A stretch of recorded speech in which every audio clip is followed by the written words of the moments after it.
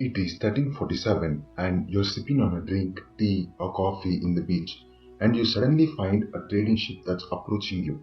And once it reaches the shore, you expect people to get out, but no one does. And you reluctantly approach towards it, only to find the horrific condition of the people present in the ship, where they would either be dead or having critical chances of making out alive. You will be in a confused state as to what's happening. But little did you know that there's a pandemic in the rise, and what you did not know is that this will be the greatest pandemic of all time.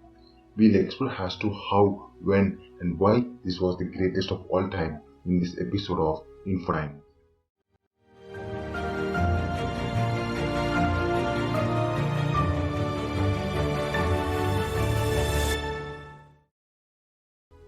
The Black Death was what it was simply because millions and millions and millions of people would be succumbed to death, a number which is not even close to any catastrophe before or after this pandemic. At the time, close to 75 to 200 million people were victims of the plague, which is very impressive considering the fact that the population of the entire planet ranged somewhere around 500 to 600 million. The pandemic ravaged Europe, Asia, and North Africa between 1347 and 1351, taking a proportionately greater toll of life than any other known epidemic or war up to that time.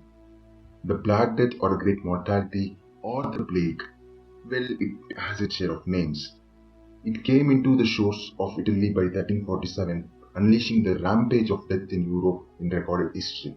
Usually thought to have started in China or Central Asia, the plague had already reached Europe in October 1347, when 12 ships from the Black Sea docked at the Sicilian port. From then, the Black Rats carried on to the merchant ships bound for Italy, and then it spread through Mediterranean and took over Europe. The biggest culprit for the spread were the rats and fleas. Now, since it has landed in your area, you need to know as to how it spread. All it took was to make a brief contact with someone who was sick, and the person would immediately pass the disease. Well, as rats were the main culprits, as said before, they were the carriers of this bacteria. Then, when the flea tries to drink the blood of the rats, bacteria multiply in flea's abdomen. Then these fleas bite human. Well, after that, you know what happens. Also, disposal of bodies was very crude, which helped the disease spread even further. Bathing and keeping clean was not that common in Middle Ages. Most people only washed their hands and face, limiting baths to quite some time. And adding upon that, people usually slept on beds of haze or sheep wool that were rarely changed or cleaned, which became the home for bedbugs, lice, and fleas. The person affected with the disease would be asymptomatic for a few days, which made the idea of isolating the infected hard and nearly impossible. Well, what was this Black Death? Black Death is categorized into three specific types of plague caused by the same bacteria, Yersinia pestis. The first one, the bubonic plague, the second being Mnemonic Plague, and the last and the most deadly one, septicemic plague. Bubonic plague was the most common during the Black Death. The sign of this kind was appearance of blue balls in the groin region, armpits and neck, which oozed pus and bled. The term bubonic is referred to bubo or enlarged lymphatic gland. Mortality rate of 30 to 70% and symptoms included high fever, nausea, vomiting, painful joints and a general feeling of discomfort. Mnemonic plague. This was the second most commonly found with a mortality rate of over 80%. Symptoms included rapid developing pneumonia with shortness of breath, chest pain, cough, and sometimes bloody or watery spurt. Septicemic plague. This was the least common of the three, with mortality rate close to 100%. Death was just inevitable if not treated early. Symptoms included high fever and purple or black skin patches, abdominal pain, bleeding under skin due to blood clotting problems. Septicemic plague occurs when plague bacteria multiply in the blood. It can be a complication of pneumonic or bubonic plague, or it can occur by itself. When it occurs alone, it is caused in the same ways as bubonic plague. however buboes do not develop. The pandemic of this magnitude cannot be left by itself to be eradicated from the face of this planet. So there were some measures which were taken.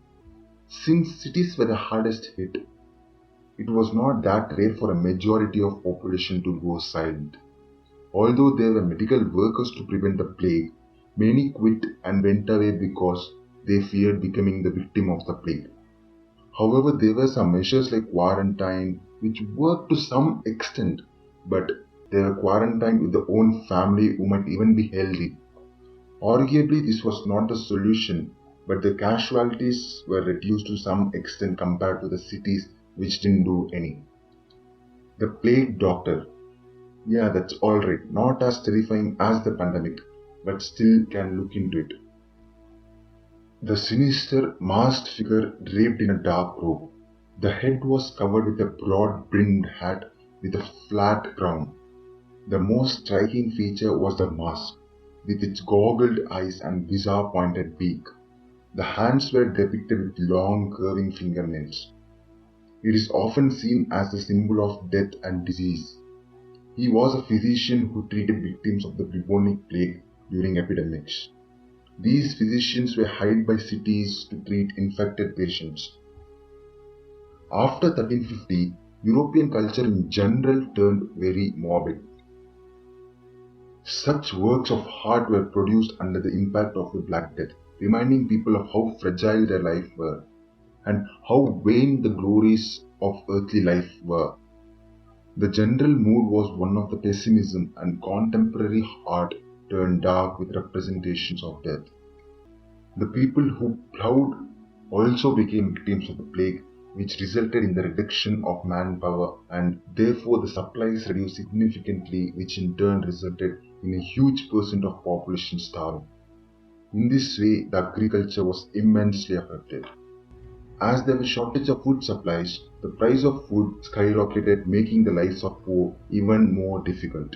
The consequences of Black Death were widespread chaos, a drastic drop in population, social instability in the form of peasant revolts.